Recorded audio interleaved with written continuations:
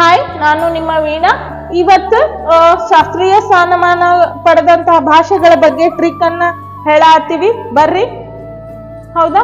ಯಾವ್ಯಾವ ಶಾಸ್ತ್ರೀಯ ಭಾಷೆಗಳು? ತಮಿಳು, ಸಂಸ್ಕೃತ, ಕನ್ನಡ, ಮಲಯಾಳಂ, ತೆಲುಗು, ಒರಿಯಾ.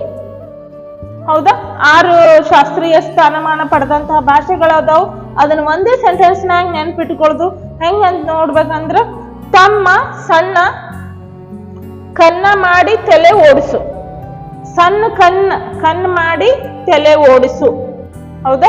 ಸಣ್ಣ ಕಣ್ ಮಾಡಿ ಏನ್ರಿ ತಲೆಯಾಗ ನಾವು ವಿಚಾರ ಮಾಡೋ ಮುಂದ್ ಸಣ್ಣ ತಲೆ ಮಾಡ್ತೀವಿ ನೋಡ್ರಿ, ಹಂಗ ನೆನ್ಪಿಟ್ಕೊಳಕ.